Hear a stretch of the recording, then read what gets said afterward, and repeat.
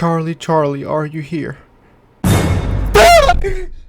Has global demand for fossil fuels or petroleum gone up or down in the last 5 years? So, just to set the record straight, demand for energy and specifically fossil fuels has gone up every year since the beginning of the implementation of fossil fuels.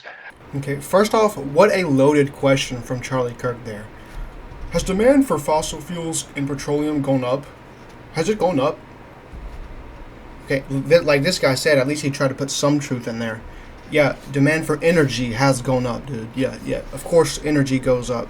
It's Charlie wants his audience to be like, almost thinking like, if demand for energy goes up, then that means that we need more oil. We need to start drilling more. We got to do it right now. I wonder why does he say specifically fossil fuels? Does that mean that fossil fuels are growing quicker? Are we using more fossil fuels? Like, yeah, energy is growing and there's more demand for it, but we need more oil than we do, and we're using more oil on a quicker rate than we are renewable energies. That's what, specifically. That's not what's happening. The reason he says specifically is because the conversation is about fossil fuels. That's the reason he says, and specifically fossil fuels. If you'll take a look with me right here, let me go ahead and do this, and then gotta make y'all be able to see this. Wind and solar, and by the way, this is just wind and solar. There are 3 other renewables right now that I can think of. So wind and solar combined grew by 16%. It grew 9 times faster than the total energy demand, and this is a global. And look at the date, okay? And then so fossil fuels just grew just over 1% in 2024. So look at this stat coming up right here from Forbes. 86% last year generated from renewables worldwide. In other words, in terms of how are we meeting the demand for energy? We're specifically meeting it with what? Renewables. Fossil fuels still account for 60% of electricity generation in this country, a greater share in most other countries. Yeah, notice how he's talking about demand, and then he shifts it to, okay, well, what are we using now? He's talking about demand growing. Okay, well, then you need to look at what I was just looking at, and not, oh, well, we're still using fossil fuels. What does that have to do with anything? We're still using fossil fuels. Therefore, we got to keep doing it. Earlier, he was talking about, like, over the years, how demand for electricity, he started going more in depth. I skipped over this part because it's so unnecessary, and it's just like playing mind games with you to get you to think like, oh, well, we need to drill more. But in that same way that, energy has been going up, demand for energy has gone up over the years, even, ever since before fossil fuels and then till now. Well, this 60% number you gave, look at this. It's going down the exact same. Okay? It's going down the exact same. So,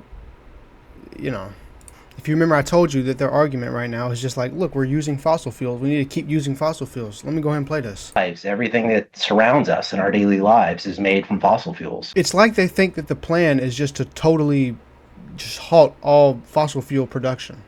That's what it sounds like they think.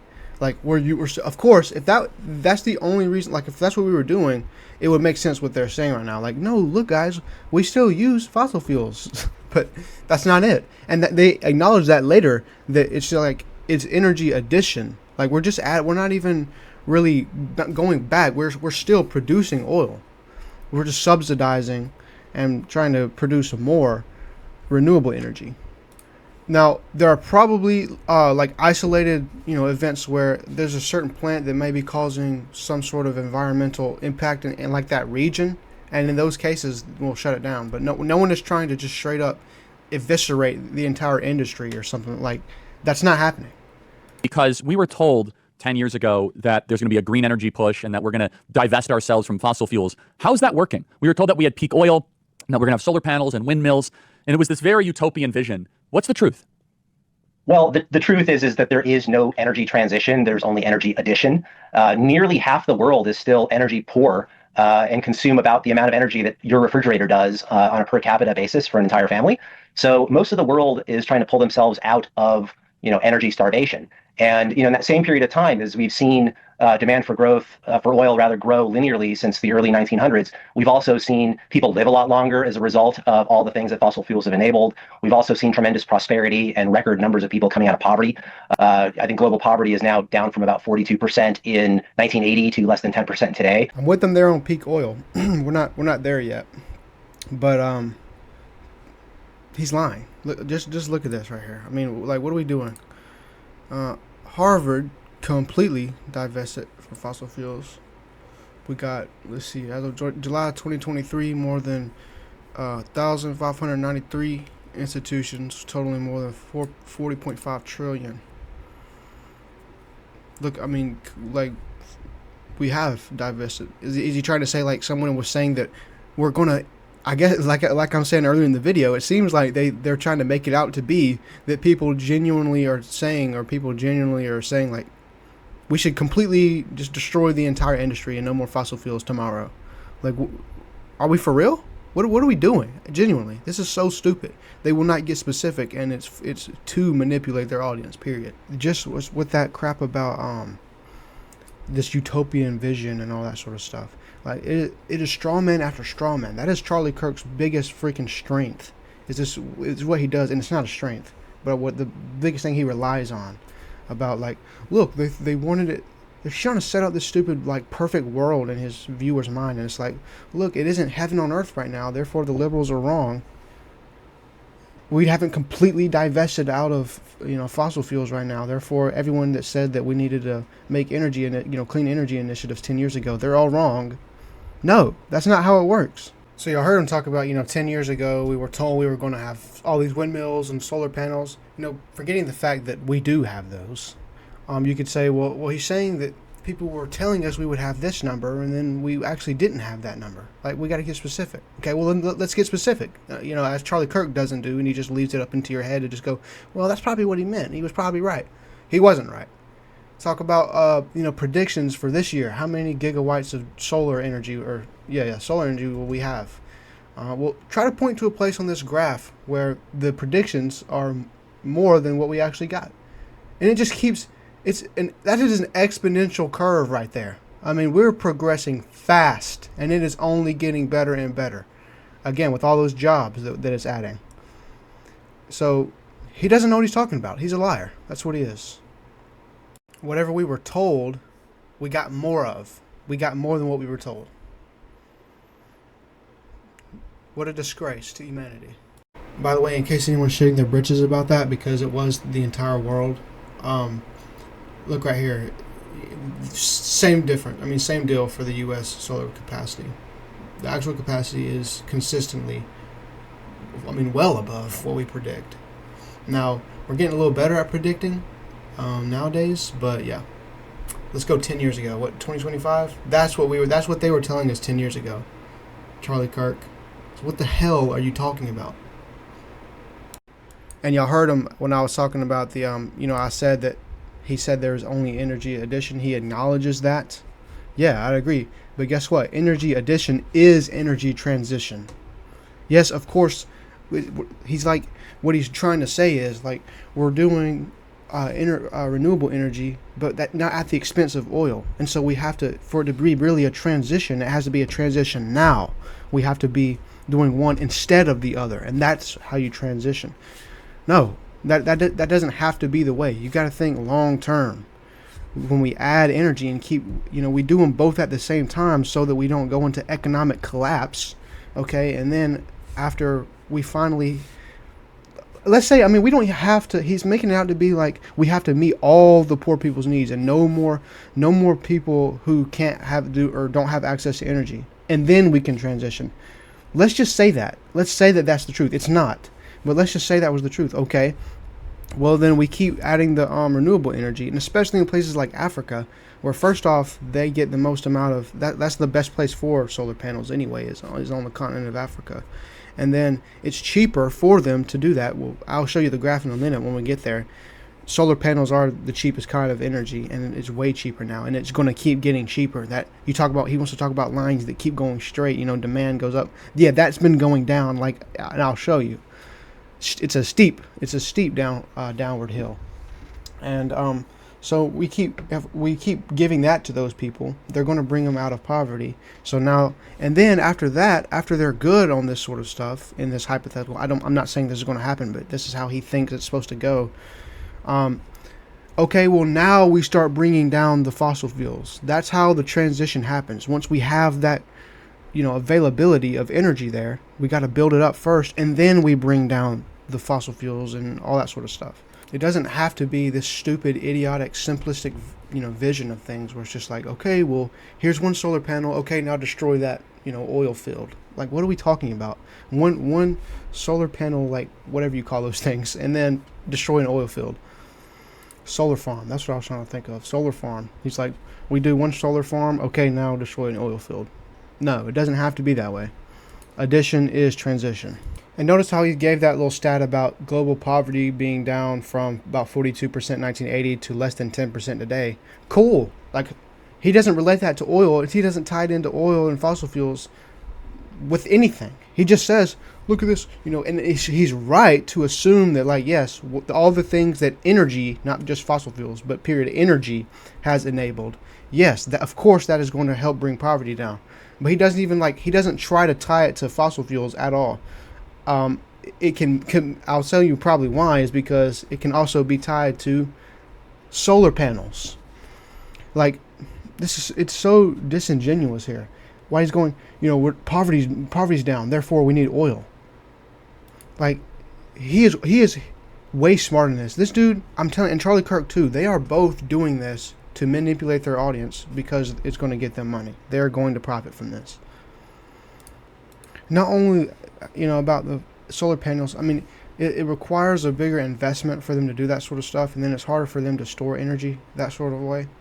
But think about this as well. Not only can we just give that for them to rely on, and whenever the sun is shining and that sort of thing, but then other times, and for other communities who maybe can't really get that yet, well, if we use more clean energy and things like that in our country, then we would have more oil to give to those people and to help those people, And it's crazy, these guys don't really give a crap about, like, if it's US aid or something like that given to these other countries. We need to worry about our own crap until it starts coming to, oil. Now we got to help people get out of poverty and stuff.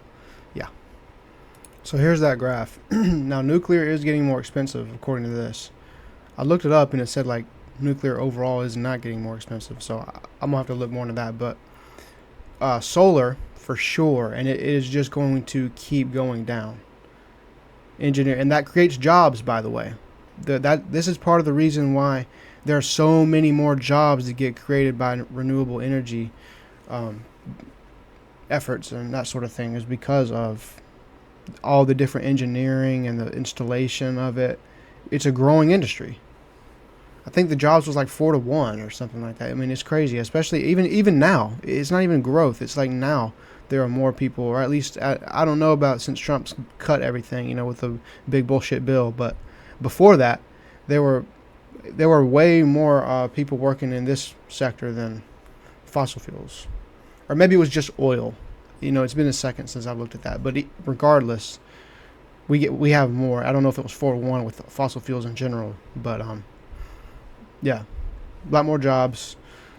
Is the efficiency. Oh yeah, and it was crazy he was talking about the efficiency. I reckon he's just talking about, he said that solar and wind aren't very efficient. I guess he's talking about intermittency, because no, they are more efficient. When you talk about that word, like, as a term, efficiency is that's talking about how, whenever you first get the energy, that's called like primary energy. And then it goes, as you, like, take it out, and then you got to move it to the house, and then it goes inside of whatever, device you're using the electricity for. It loses energy on the way. So however much was originally that was mined or digged or whatever, drilled, anything, dug, whatever that is, it's way less than that whenever you get it. But it's more actually whenever you use like solar or renewables, and the reason is because it's just taken straight from the environment. Like, there is no extracting it, trying to, here's like, especially like with fracking or something, you have the stones of whatever it is, and then you got to smash it up and blow it up and all that sort of stuff to remove the energy. Well, there's a lot of this gets lost in that process, and not as much for and that's part of why it's cheaper. I realized I didn't even play the part where he was talking about they're extremely inefficient yet. Let me go ahead and do that. So this whole idea that we can transition from fossil fuels to solar and wind for our primary source of energy is really just foolish and a lie, because solar and wind are extremely inefficient, extremely low energy dense, and completely uneconomic. Billionaire climate tech investor Tom Steyer of Galvanize Capital argues, quote, "Our ability to solve this problem profitably is better than anybody understands." Steyer said, quote, "Nobody in Vietnam put up a solar panel because they were worried about climate change-induced flooding in Houston. Nobody did that to be nice." Steyer implied that they did that because it's cheap. Consider China, now the world's largest car market, where more than half of sales are electric vehicles. Steyer said, quote, "They will sell more EVs than we sell cars. Why would they do that? Not to help America, but because they cost $14,000 and go 1,200 miles on one charge. Cheaper, faster, better. It goes up like a rocket. Everybody buys it, and that is how you win at capitalism. If the United States doesn't want to participate in it, and we want to draw a moat around the United States and go back to the 1950s, the rest of the world will progress. They will succeed, and we will fail." So you tell me, what does it sound like? He calls it completely uneconomic. And so far, the only things he's talked about are, well, right now for total electricity production, 60% of that is still from fossil fuels. And then the other one that he gave was poverty has gone down. Look, poverty has gone up. It used to be 42%, and now it's 10%. These are the stats he's given so far. Compared to what I just did, it's actually way cheaper. It's way more efficient, and I didn't show you anything on that. I will show you a graph or something like that on that. They are more efficient. What he's probably talking about is intermittency, though there are ways to get around that, and I'll go ahead and I'll explain that in just a second. But then here's another thing. I mean, it just goes on. Not only is it actually cheaper, but it is getting cheaper year after year. Like lithium batteries, for example, EV. Let me go ahead and 90% price reduction in the cost of electric vehicle battery packs between 2008 and 2023. And this is just one, like, it just adds on. There are just so many. It is just getting way more efficient in every single way. Because he relies on you to not really know what energy density is, or like at least to know what it implies, and you know what I'm saying? Like why would you need something that's very energy dense? Let me go ahead and explain that to you, since this asshole won't. Anyway. So when we need things that are energy dense, like we can store oil and we can store fuel on like boats, aviation, you know, these things that are going to be up in the air, out in the ocean, they really need stuff that's energy dense. The battery packs that we would need to store energy on these things that would actually keep them going for as long and power something as massive as those things. Now, I will say this, in the aviation sector, I saw something recently. They're working to make it where you can have electric planes. They are, again, that creates jobs too. They're doing that. But, so, one sec. He's right that, like, you get, I don't know, 1 ounce of oil, okay? Like, it's going to have more, you're going to have a lot more energy in oil than you're going to have in, you know, solar or whatever. But do you know what is extremely energy dense? The sun. So, it's like with oil, the reason the energy density is so good is because you find you have oil here on the earth, you have oil here, and you got to drill it, and you can drill, and you can run out. But it's really dense, so you can use it, and then later on, you know, hopefully it'll last you long enough where you can get it somewhere else. But with the sun, we put a solar panel down, and the only thing we got to worry about is maintaining the solar panel and then replacing it if it, you know, destroys or whatever, if it erodes, you know, that sort of thing. So you put those all over the planet. Of course, I don't really mean all over the planet, but you can see what I'm saying. Where I'm going with this is like, yes, it might be whatever of sunlight is less dense and won't get you as much energy, but there is a lot of it. And plus, it doesn't really matter as much for things like your house that can just continuously get energy from whatever source. It's a lot more important for those boats, like huge ships, that sort of thing, where it's not like, you know, we can just route the solar panel to the ship in the middle of the ocean, or to the airplane in the middle of the air. That's when it's important. But this guy's not going to explain that at all. He's just going to start listing the cons and then not explain why they matter or anything, and hopefully he'll win you over. Absolutely. You know, if you just go through a logical progression of facts here, cutting off energy supply to create energy scarcity is a path towards starvation, not towards promoting human flourishing. And that's really... I thought you just recognized and admitted that it was energy addition, and we weren't actually transitioning. So what are you talking about now? Like we're cutting off energy supply. Let me show you this, guys. Did Biden decrease fossil fuel energy? No, he actually produced more oil than Trump did. See, the difference is Trump runs on it. Drill, baby, drill. And it just, everyone, oh, cheer him on. So with Trump now rolling back on that, taking away subsidies for, clean energy initiatives, I mean, there's a good chance that Trump produces actually less total energy than Biden did with oil and fossil fuels and renewables. There's a big chance.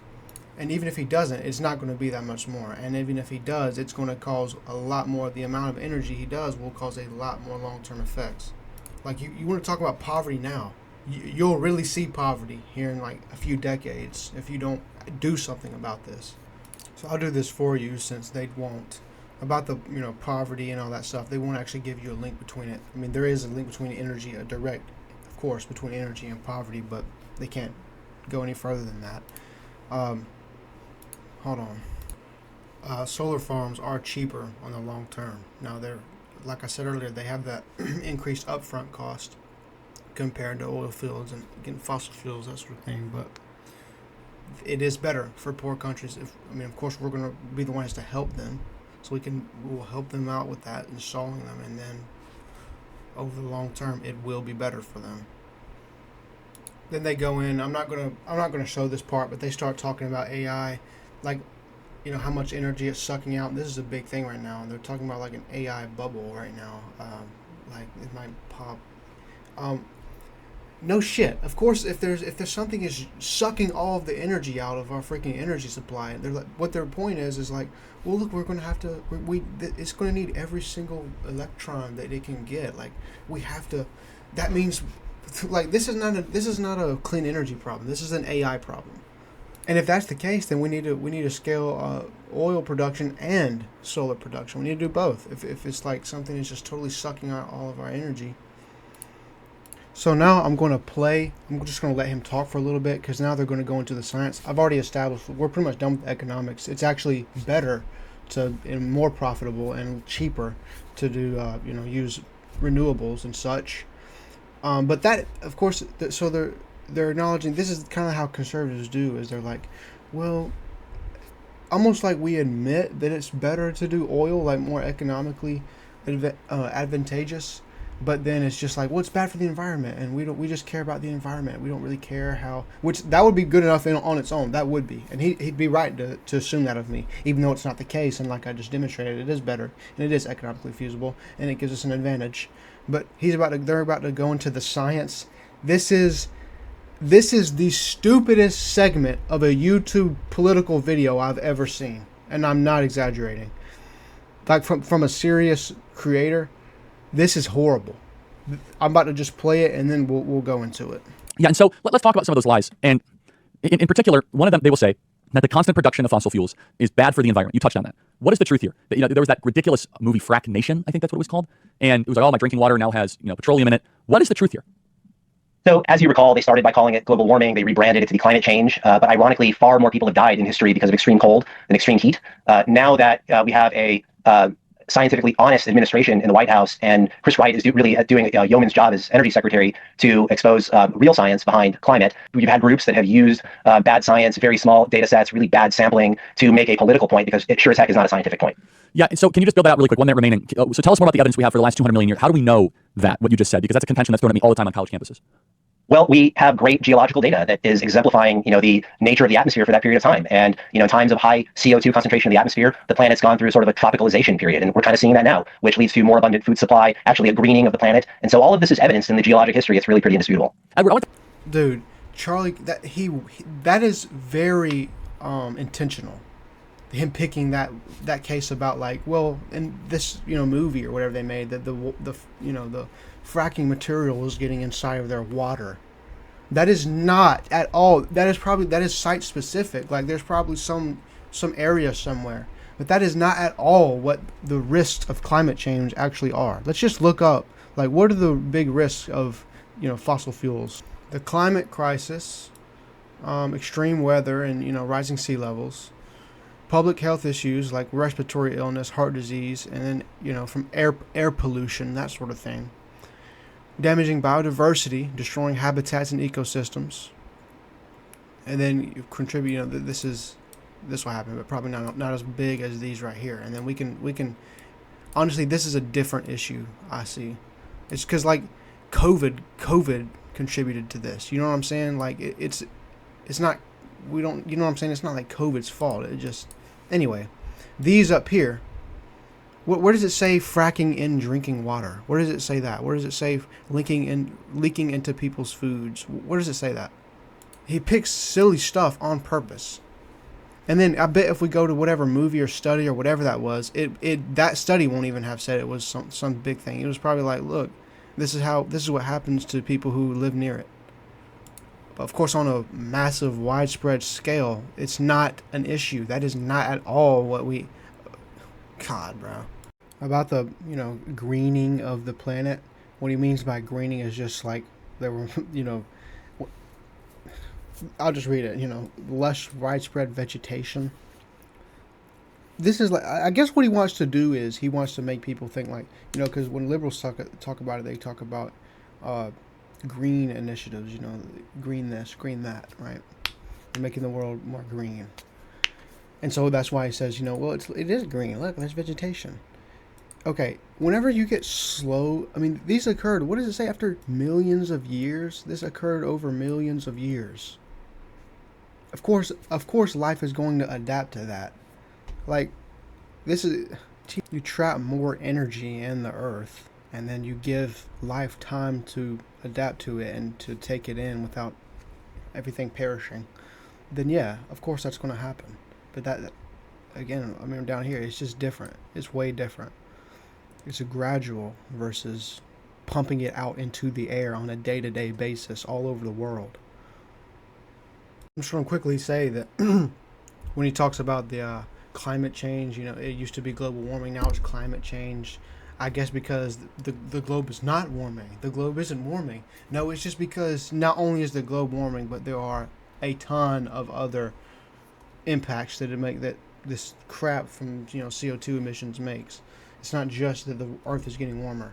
And then how elementary is it that this guy, he starts talking about, this was the part that I was talking about was stupid. I was baffled hearing this crap.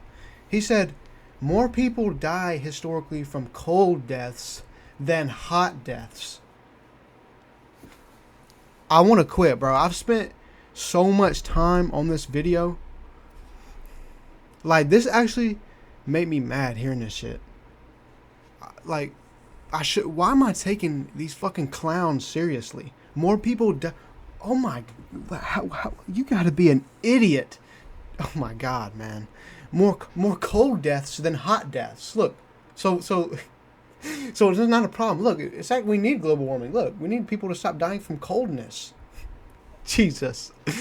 So first, let's just disregard the fact that a fucking heat stroke isn't the only concern that we have from global warming, and then we'll examine what he just said.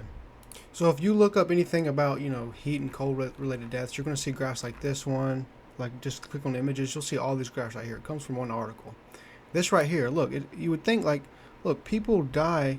Look at that, mortality increases really steeply at hot temperatures. So it's like, why aren't there way more heat related deaths, right? Let's read this right here. Again, to be clear, most of these deaths come from moderately cold conditions, not freezing temperatures. So they're showing like, people are sitting out, in regular, at least relatively regular temperatures, but they don't. It doesn't feel like it's bad or anything. So they sit out there for longer. Now, for heat, people want to get in the shade. People want to get inside. It's that sort of thing. I asked Copilot. I said, why do people more die from cold than heat if this graph shows mortality increases steeper at hot temps? And you can read.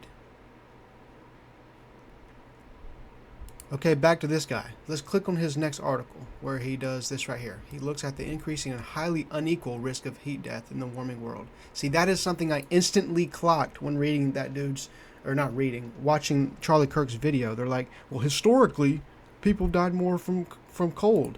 Are you a moron? Like, It doesn't matter what happened historically. Global, climate change is a new thing. Global warming is a new thing. What you got to look at is how it is increasing. And that's why they don't do that. God, bro, it's at the same thing as in the beginning of the video. Like, instead of hold on, that's what it was at the beginning of the video. You don't look at how much we're using oil and fossil fuels now. You look at how it's growing. It's the same exact vibe here. No, it's not a vibe. It's a logical error. He cannot think. So they explain above. This is the new article, and he explains above, or she, they up here that, like, for heat-related deaths, countries can adapt, especially like well-developed ones. And oh wait, I just realized I probably should make this small. One sec. So yeah, and that's what you can see here. These developed countries, deaths will go down, but then here, it's not going to that much. Now Australia's apparently is, which is interesting. But again, a fucking heat stroke is not the biggest concern with climate change. Neither is extra fluid leaking into your water. But here's an interesting one. Here's change in heat-related deaths versus per capita CO2 emissions. And these over here, are, that emit more CO2 per capita, are above this line right here. So they're going to have more heat deaths. These down here, who are at the end of it, I guess at the beginning of it, they are below the line. They're going to decrease in deaths. Then finally, I'm just going to show this right here when he talks about you have groups using small sample data, that sort of thing. I guess he means 97% of them do. But, I mean, right here, some suggest over 99.9% agreement. Like, this is like evolution, right? This is like, some religious person denying that evolution is true and being like, well, their studies suck. This is what they'll say. Their studies suck. Oh yeah, everyone's studies suck. Everybody. Okay, the entire world.